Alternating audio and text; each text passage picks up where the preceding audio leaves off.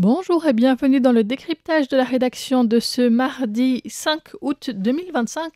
Un décryptage qui revient sur les votes de destitution qui ont eu lieu le 26 juillet dernier et en particulier sur un vote, celui qui visait la maire de la commune de Hsinchu, donc une commune située dans le nord-ouest de Taïwan. La maire de Hsinchu, Cao Hong-an, est déjà suspendue pour une affaire de corruption. Elle a plusieurs affaires judiciaires en cours sur lesquelles nous reviendrons dans un instant. Les votes en faveur de sa destitution n'ont pas atteint les 90 000 voix nécessaires pour franchir l'un des seuils clés de la destitution, à savoir que 25% des inscrits sur la liste électorale soutiennent la motion de destitution. Il manquait moins de 3 000 votes pour atteindre ce seuil. Mais cela n'aurait pas suffi, car l'autre condition est que les votes en faveur de la destitution soient plus nombreux que ceux qui s'y opposent. Et là, 41% des votants ont demandé sa destitution, contre 59% qui ont apporté leur soutien à Cao Hong-an. Au total, c'est 58% des électeurs qui se sont rendus au bureau de vote ce jour-là. La campagne de destitution contre Cao Hong-an a été lancée par Tai Jun-fong, assistant du chef de file du Parti démocrate progressiste au Parlement, Ke Jian-ming, qui avait qualifié cette initiative de mouvement civique. La survie de Cao Hong-an le mois dernier signifie que le DPP ne pourra pas prendre le contrôle de la ville. Si la destitution avait abouti, le gouvernement aurait nommé un ou une maire par intérim, car Cao Hong-an a moins de la moitié de son mandat de 4 ans à accomplir, ce qui aurait permis au gouvernement du président Lai Ching-te de prendre le contrôle de l'administration municipale en désignant quelqu'un directement, sans organiser de nouvelles élections. Cao Hong-an, qui était affilié au Parti du peuple taïwanais, ou TPP, a quitté son parti après avoir été jugé coupable de corruption et de fabrication de faux. Elle reste néanmoins proche du TPP et du KMT et a reçu un soutien important de la part de ces deux partis, mais aussi du conseil municipal de Hsinchu. À 41 ans, Cao Hong-an est l'une des étoiles montantes les plus en vue du TPP.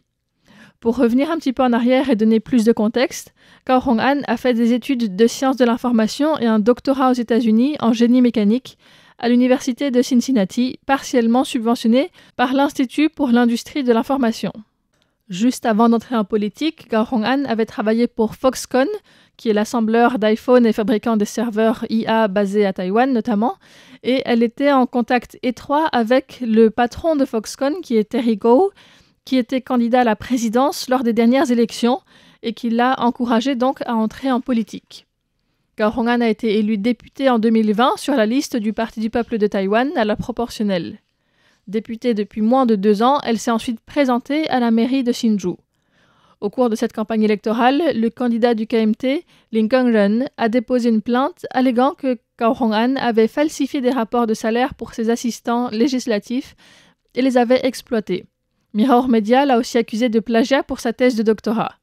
Malgré cela, elle a remporté l'élection municipale de Hsinchu en novembre 2022, à l'âge de 38 ans, bénéficiant de la triangulaire avec les candidats du DPP et du KMT, et devenant ainsi la plus jeune personne jamais élue à la tête d'une ville et la première femme maire de la ville de Hsinchu. Alors, de quoi s'agit-il pour cette affaire de corruption ?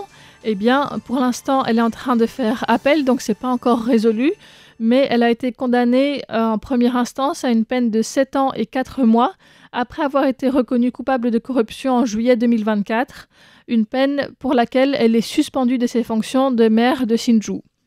Le parquet de Taipei a inculpé Cao Hong-an pour corruption et falsification de documents, trouvant qu'elle avait fait des fausses déclarations en heures supplémentaires et en honoraires pour ses assistants lorsqu'elle était députée. Le 26 juillet 2024, pile un an avant le vote de destitution, le tribunal de Taipei a jugé que Cao Hong-an avait illicitement obtenu 460 000 $ taïwanais, soit environ 13 300 €. Elle a été condamnée à 7 ans et 4 mois de prison et privée de ses droits civiques pendant 4 ans. Elle a annoncé son retrait du TPP le jour même. Elle a ensuite fait appel devant la Haute Cour de Taïwan et en janvier 2025, la Cour a suspendu l'examen de l'affaire pour demander l'avis de la Cour constitutionnelle sur l'article 32 de la loi du Yuan législatif qui est jugé contraire à l'article 18 de la Constitution. La Cour constitutionnelle a refusé d'examiner cette affaire et qui est donc retournée à la Haute Cour de Taïwan. En attendant le verdict, Cao Hong-an est soumise à une interdiction de quitter le territoire, mais reste libre de ses mouvements. 3 de ses assistants ont également été condamnés en première instance. En ce qui concerne l'affaire de plagiat, Chen Shifen, un universitaire basé aux États-Unis, a allégué que Gao Hong'an aurait plagié le contenu d'études co-rédigées avec d'autres personnes pour sa thèse de doctorat à l'université de Cincinnati. Elle a rejeté ces accusations et poursuivi Chen Shifen pour diffamation aggravée. Le président de l'institut qui a publié ces recherches en commun avait témoigné devant le Parlement qu'elle a plagié 70 à 80% du rapport dans sa thèse. Le parquet de Taipei a constaté des similitudes entre les écrits universitaires, mais a décidé de ne pas donner suite à l'affaire de plagiat. Chen Shifen a alors intenté une poursuite contre Gao Hong'an, l'accusant de fausses accusations. En août 2024, le tribunal de Taipei a jugé que Gao Hong'an avait tenté de faire taire un détracteur et l'a condamné à 10 mois de prison. Elle a fait appel de cette décision, affirmant son innocence. Cependant, la Haute Cour de Taïwan l'a tout de même reconnu coupable et a seulement réduit sa peine jeudi dernier, le 31 juillet, à 6 mois de prison au lieu de 10. Avec tout ça, la question qui se pose est « mais pourquoi est-ce qu'elle n'a pas été destituée ?» Eh bien, comme j'avais dit tout à l'heure, elle a eu le soutien à la fois du Kuomintang, le KMT, et du Parti du peuple taïwanais, le TPP, mais aussi du conseil municipal de Hsinchu pendant la campagne avant le vote de destitution. Le maire de Taipei, Jiang Wan'an, du KMT, s'est aussi rendu à Hsinchu assez tôt pour la soutenir dans des activités dans les rues au contact de la population. Une population qui, à Hsinchu, est largement composée d'ingénieurs, de gens qui travaillent dans le domaine des semi-conducteurs, de l'intelligence artificielle, et qui est globalement très riche aussi, du moins dans certains quartiers qui comptent parmi les plus riches de Taïwan. En tant qu'ancienne vice-présidente du Industrial Big Data Office AI de Foxconn, qui est le plus important fabricant mondial de matériel informatique, Gao Hong'an sait aussi tout à fait parler à cet électorat. Au niveau des stratégies employées avant le vote dans l'histoire de Taïwan, quelques députés ont déjà été destitués avec succès, mais au niveau des maires, il y a 2 exemples relativement récents. Le premier étant Han Kuo-yu, donc du KMT, qui a été maire de Kaohsiung entre novembre 2018 et juin 2020, qui est aujourd'hui le président du Parlement et qui est le seul maire à avoir été destitué.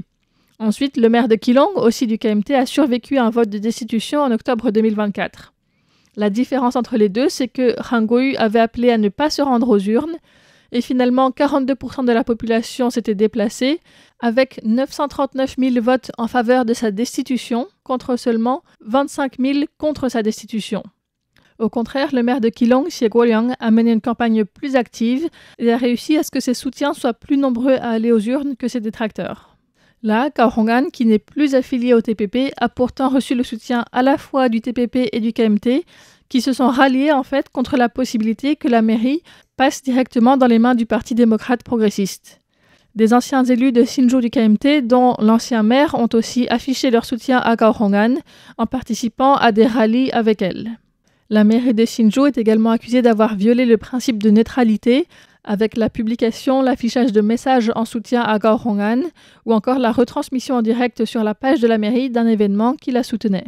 Nous arrivons au terme de ce décryptage. J'espère que ça vous aura permis de mieux comprendre comment ça se fait qu'une maire qui est jugée coupable de corruption, condamnée à 7 ans de prison et suspendue de son poste, a quand même réussi à avoir le soutien de la population et à garder son poste malgré cette campagne de destitution.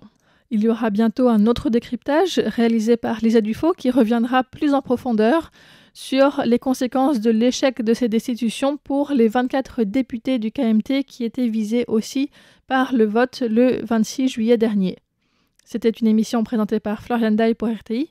Merci de votre écoute et à bientôt.